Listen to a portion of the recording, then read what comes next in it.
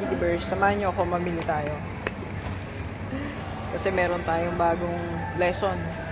Simulan natin starting Monday. Meron tayong 1-minute business and life lesson. Mga nyo. Magsulat ulit tayo sa Manila paper. See you Monday.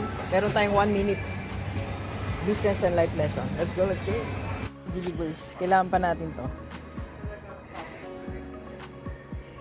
Cartolina. Na white. Hanap tayong white. Attend kayo ah. Let's go.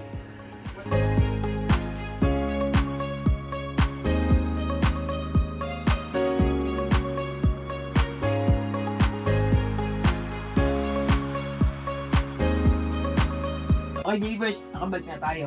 Para sa bagong segment natin to. So, ako talaga namili. Ganyan tayo. Ako, pag may project akong bago, ako talaga namili ng gamit. Cartolina, gagamit tayo niyan para mas makita yung illustrate natin.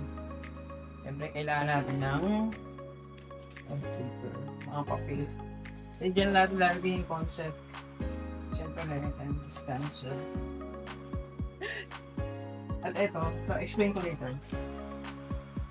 Ay, dalawa ko na yung nabili ko. Dalawa ko pa rin gan. Saka iba mga something. Yeah.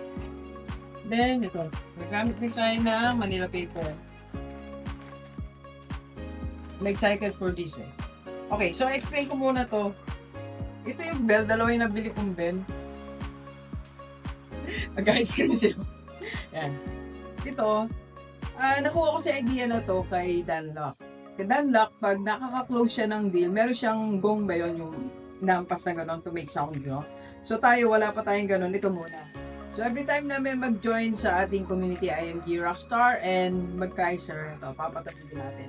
So today, malalaman nyo kung tutuloy to. Let's go. Basta abangan nyo Monday, mag-start tayo ng bago nating segment, 1 minute for your business and life coaching. Let's go.